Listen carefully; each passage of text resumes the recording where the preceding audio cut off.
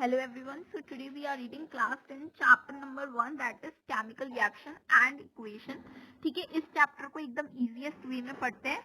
Without wasting time, let's get started with the first slide. तो यहाँ पे सबसे पहले हम chemical reaction और equation का introduction लेने से पहले हमें दो terms के बारे में पता होना चाहिए. First one है हमारे पास physical change और second one है हमारे पास chemical change. ठीक है, तो केमिकल चेंज और केमिकल रिएक्शन समहाउ सिमिलर है. तो मैं फिजिकल चेंज से शुरू करती हूँ.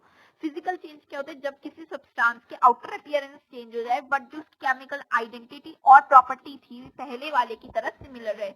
बट केमिकल रिएक्शन क्या होता है या केमिकल चेंज क्या होता है? A process in which one or more substance react to form new substance with new chemical identity and property is known as chemical reaction. अब केमिकल इक्वेशन क्या होती है भाई? केमिकल इक्वेशन वो होता है हम जैसे जिस तरीके से रिप्रेजेंट करते हैं केमिकल रिएक्शन को यूजिंग सिंबल्स एंड फॉर्मूलाज. ठीक है, अब मैं तुम लोगों को अगर नीचे लेकर चलूं स्लाइड पे, तो यहाँ पे देखो हमारी एक केमिकल इक्वेशन है. इसमें इधर जो राइट हमारा लेफ्ट हैंड साइड है, यहाँ पे क्या आता है? रिएक्टेंट्स, जो चीज रिएक्ट करती है. For example A plus B react करके सी बना रहे हैं. ठीक है, तो यहाँ पे A प्लस बी क्या होंगे? रिएक्टेंट्स, और वहीं पे C क्या होगा मेरे पास? प्रोडक्ट. ठीक है, होप करती हूँ इतना क्लियर होगा. अब नेक्स्ट स्लाइड पे चलते हैं हम लोग. ठीक है, और नेक्स्ट स्लाइड में हमें पता कैसे लगेगा कहीं पे कोई केमिकल रिएक्शन हुआ है नहीं हुआ है? तो इसके लिए हमें कुछ कैरेक्टरिस्टिक्स दिए हुए हैं. ठीक है, कैरेक्टरिस्टिक्स ऑफ केमिकल रिएक्शन, तो इनको पढ़ते हैं. तो सबसे पहले चेंज इन कलर. सबसे पहले कोई भी रिएक्शन होगा तो उसमें चेंज इन कलर होगा. जैसे मैं सिट्रिक एसिड और पोटेशियम परमैंगनेट का रिएक्शन करवाऊं तो वहां पे जो पर्पल कलर है वो कलरलेस में चेंज हो जाएगा. नेक्स्ट है इवोल्यूशन ऑफ गैस. तो अगर मैं रिएक्शन करवाऊं जिंक और डाइल्यूट सल्फ्यूरिक एसिड का तो वहां पे हाइड्रोजन गैस इवॉल्व होगी. और ये ऐसे ही सिर्फ इन दो मेटल्स के साथ ही, मतलब ये मेटल और इस एसिड के साथ ही नहीं है, कोई भी मेटल प्लस एसिड रिएक्ट करेगा तो क्या देगा? सॉल्ट प्लस हाइड्रोजन गैस देगा. ठीक है, इसको याद कर लेना और तुम्हें इतना एक एक एग्जाम्पल आना चाहिए. नेक्स्ट है चेंज इन स्टेट. ठीक है, तो अगर मैं स्टेट की बात करूँ तो कंबशन रिएक्शन की बात करते हैं हम वैक्स को कैंडल का, तो वहां पे क्या होता है? वहां पे वो सॉलिड से लिक्विड में बदल जाता है. नेक्स्ट है चेंज इन टेम्परेचर. तो CaO प्लस H2O अगर मैं पानी में डालू क्विक लाइन को तो CaOH होल ट्वाइस बन जाएगा. ठीक है, आगे बढ़ते हैं. Formation of precipitate. अब तुम लोगों के लिए प्रिसिपिटेट एक नया सा टर्म होगा तो इसको थोड़ा सा समझते हैं. प्रिसिपिटेट क्या होता है? Precipitate means insoluble salt form during a reaction. तो इसका एग्जांपल क्या है? सल्फ्यूरिक एसिड और बेरियम क्लोराइड को रिएक्ट करो तो वहां पे एक व्हाइट कलर का बेरियम सल्फेट का क्या बनेगा? प्रिसिपिटेट बनेगा. नेक्स्ट है एक्टिविटी 1.1 पे चलते हैं. एक्टिविटी 1.1 में हमने एक मैग्नीशियम रिबन लिया. मैग्नीशियम का सिंबल होता है Mg. ठीक है, उसको सैंड पेपर की हेल्प से रब कर दिया. ठीक है, ओके. अब उसने हमने उसको पेयर ऑफ टोंग्स की मदद से पकड़ लिया. उसके बाद उसको बर्न कर दिया. उसमें से एक व्हाइट डैजलिंग सी फ्लेम निकलेगी और जो हमारा वॉच ग्लास है उसमें क्या निकलेगा? एक मैग्नीशियम ऑक्साइड का व्हाइट कलर का पाउडर निकलेगा. ठीक है, अब क्वेश्चन यहाँ पे क्या राइज होते हैं कि मैग्नीशियम रिबन को हमने सैंड पेपर से क्यों रब करा? तो उसके ऊपर मैग्नीशियम ऑक्साइड की लेयर पर आ गई थी, उसको प्रिवेंट करने के लिए हमने उसको रब करा. ठीक है, ये इसका रिएक्शन है. अब नेक्स्ट एक्टिविटी 1.2 अभी रिसेंट तुम्हारे 2023 के पेपर्स में आया था. Take nitrate solution in a test tube add potassium iodide. What do you observe? तो इसका क्वेश्चन कैसे आया था कि इसको बैलेंस करके दिखाओ. ठीक है, तो यहाँ पे PbI2 का येलो कलर का प्रिसिपिटेट फॉर्म होगा. ये वाले रिएक्शन में तुम्हें अभी आगे भी दिखाऊंगी, इसलिए इतना डिटेल में एक्सप्लेन नहीं करें. एक्टिविटी 1.3 पे जाते हैं. हमने कोनिकल फ्लास्क लिया, उसके अंदर हमने जिंक ग्रैन्यूल्स डाले और हाइड्रोक्लोरिक एसिड या सल्फ्यूरिक एसिड कोई सा भी डाल दिया. तो व्हाट डू वी ऑब्जर्व? हम क्या ऑब्जर्व करेंगे भाई? यहाँ पे हम लोग ऑब्जर्व करेंगे हाइड्रोजन गैस होगी और चेंज इन टेम्परेचर होगा. ठीक है, टाइप्स ऑफ केमिकल इक्वेशन पे आते हैं. हमारे पास कितने टाइप्स की केमिकल इक्वेशन होती है? सबसे पहले आती है बैलेंस केमिकल इक्वेशन, देन आती है अनबैलेंस्ड और स्केलेटल इक्वेशन. अनबैलेंस्ड और स्केलेटल दोनों एक ही चीज है. तो अगर मैं बैलेंस की बात करूं तो हमें बैलेंस करने की जरूरत क्यों पड़ती है भाई? हमने law of conservation of mass पढ़ा था. ठीक है, वो क्या कहता था? मास can neither be created nor be destroyed in any chemical reaction. तो ऐसा हो सकता है रिएक्शन से पहले कुछ और मास और रिएक्शन के बाद कुछ और नहीं हो सकता ना. तो उसी को सेटिस्फाई करने के लिए हमें बैलेंसिंग की जरूरत पड़ती है. ठीक है, अब अनबैलेंस्ड क्या होता है? जहाँ पे दोनों side number of atoms equal ना हो. वहीं पे बैलेंस क्या होता है? जहाँ पे दोनों side number of atoms equal हो. अगर मैं बात करूँ CH4 प्लस Cl2 और यहाँ पे CaCl2, ठीक है, और प्लस HCl, ये तुम्हें रिएक्शन ऊपर लिखा हुआ है। अब इसको हमें बैलेंस करना है। अब तो यहाँ पे सबसे पहले देखो Ca के इधर कितने हैं, Ca के H यहाँ पे 4 है और इधर कितने हैं, H 1 है। देखो यहाँ पे सिर्फ एक ही H है ना, तो हमें इसके लिए क्या करना होगा, यहाँ पे 4 से मल्टीप्लाई करना होगा। अब ये 4 इस H से भी मल्टीप्लाई होगा और इस क्लोरीन से भी मल्टीप्लाई होगा, तो 4 Cl भी होगा इधर। ठीक है, अब अगर मैं टोटल अब इधर Cl देखूं तो 5 हो गए ना, ये एक 4 इससे भी मल्टीप्लाई हो गया और एक यहाँ पे भी आ गए, सॉरी। हाँ, तो अब हम लोगों को इधर क्या करना होगा, इधर हम लोगों को यहाँ पे भी हमें इसको मल्टीप्लाई करना होगा, किससे, 4 से। अब हमारे पास ये बैलेंस्ड हो गई है। ठीक है, आगे बढ़ते हैं अपने नेक्स्ट स्लाइड पे। तो नेक्स्ट स्लाइड में देखते हैं हमारे पास क्या है, टाइप्स ऑफ केमिकल रिएक्शन। तो केमिकल रिएक्शन के अलग अलग टाइप्स हैं, उन्हीं टाइप्स को जानते हैं। तो सबसे पहले आता है हमारे पास कॉम्बिनेशन रिएक्शन। कॉम्बिनेशन रिएक्शन क्या होता है, जहाँ पे A प्लस बी मिलकर एक सिंगल प्रोडक्ट बना रहे हो C, ठीक है, या फिर AB बना रहे हो।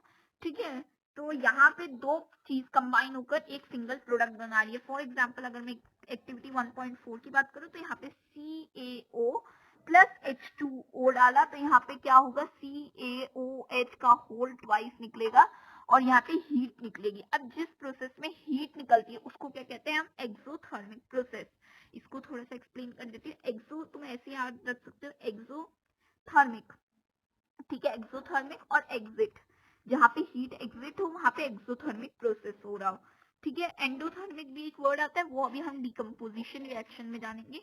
तो डिकम्पोजिशन रिएक्शन क्या होता है, जैसे कॉम्बिनेशन रिएक्शन में A प्लस बी मिलकर C बना रहे थे ना, वहां पे यहाँ पे उसका जस्ट अपोजिट हो जाता है, यहाँ पे A टूटता है B प्लस C में। ठीक है, अब इसी पे चलते हैं, इसी को थोड़ा और अच्छे से एक्सप्लेन कर देती हूँ। देखो यहाँ पे इसके कुछ टाइप्स होता है। फर्स्ट होता है electric decomposition reaction, photolytic decomposition reaction, thermal decomposition reaction. ठीक है, और भी बहुत सारे टाइप होते हैं फोटोलाइसिस डिकम्पोजिशन रिएक्शन। तो सबसे पहले अगर मैं बात करूँ यहाँ पे फोटोलाइटिक डिकम्पोजिशन रिएक्शन की, तो यहाँ पे क्या होता है, फोटोलाइसिस यानी कि जो सनलाइट की प्रेजेंस में हो, हीट जहाँ पे थर्मली हीट चाहिए, जहाँ पे इलेक्ट्रिसिटी चाहिए, वो इलेक्ट्रोलाइटिक डिकम्पोजिशन। इसके एग्जांपल्स भी दिखा देती हूँ। जैसे एक्टिविटी 1.5 में हमने 2 ग्राम ऑफ फेरस सल्फेट किया, उसके क्रिस्टल को ड्राई बॉइलिंग ट्यूब में डाला और हमने उसका कलर नोट करा फेरस सल्फेट के क्रिस्टल्स का। उसके बाद उसको हीट कर दिया, तो हम क्या ऑब्जर्व करेंगे, यहाँ पे फेरस सल्फेट को अगर मैं हीट करूंगी तो फेरिक ऑक्साइड, सल्फर डाइऑक्साइड और सल्फर ट्राइऑक्साइड में टूट जाएगा और ग्रीन कलर के उसके फेरस सल्फेट के क्रिस्टल हो जाएंगे। नेक्स्ट एक्टिविटी 1.7 में हमने पूरा सेटअप करा। अब यहाँ पे से डायरेक्ट जो क्वेश्चन आता है उस पे चलते हैं। यहाँ से एक तो क्वेश्चन आता है, हाइड्रोजन कहाँ निकली, हाइड्रोजन कौन से एनोड पे या कैथोड पे कहाँ गई। ठीक है, और दूसरा क्वेश्चन जो इधर से इवॉल्व होता है वो होता है कि जो एक के कंपैरिजन में दूसरे पे जो वॉल्यूम ऑफ गैस है वो क्यों ज्यादा है। ठीक है, तो ऐसा वो इसलिए होता है, दोनों टेस्ट ट्यूब में से एक में इसलिए ज्यादा होता है क्योंकि यहाँ पे मैंने किसका करा है डिकम्पोजिशन, वाटर का, H2O का। ठीक है, अगर मैं इसकी बात करूँ तो हमारे पास H2 के कितने एटम्स हुए हैं, 2 है, H के 2 एटम्स है। तो यहाँ पे O का एक एटम है, जहाँ पे डबल होगा वॉल्यूम वहाँ पे कौन सा हमारे पास सब्सटेंस होगा, वहाँ पे हाइड्रोजन होगा। एक्टिविटी 1.8 पे चलते हैं। हमने सिल्वर क्लोराइड को सनलाइट में रखा, तो यहाँ पे क्या होगा, चाइना डिश में, तो यहाँ पे क्या होगा, हमारे पास ग्रीश कलर हो जाएगा उसका। अब एक्टिविटी 1.10 पे चलते हैं। Na2SO4 और बेरियम क्लोराइड का रिएक्शन करवाया, तो यहाँ पे क्या होगा, यहाँ पे हम प्रिसिपिटेट ऑब्जर्व करेंगे किसका, BaSO4 का। ठीक है, अब डिस्प्लेसमेंट रिएक्शन पे चलते हैं। ठीक है, डिस्प्लेसमेंट रिएक्शन पे क्या होता है, हमने एक 3 आयरन नेल्स ले ली। ठीक है, अब ये वैसे तो डिस्प्लेसमेंट रिएक्शन अभी पढ़ाया नहीं है, जब पढ़ा दूंगी तो बाद में समझा दूंगी। अब सबसे पहले डिस्प्लेसमेंट रिएक्शन क्या होता है, जो हाइयर रिएक्टिव एलिमेंट होता है वो लोअर रिएक्टिव को उसकी इनिशियल पोजीशन से डिस्प्लेस कर लेता है।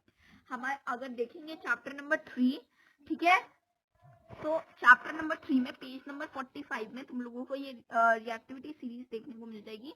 वहां से हम लोग क्या करते हैं, रिएक्टिविटी सीरीज देखते हैं। जैसे सबसे ऊपर मैं अगर बात करूं तो हमारे पास होता है पोटेशियम, उसके बाद आता है सोडियम, उसके बाद आता है कैल्शियम, उसके बाद और भी एलिमेंट्स आते हैं।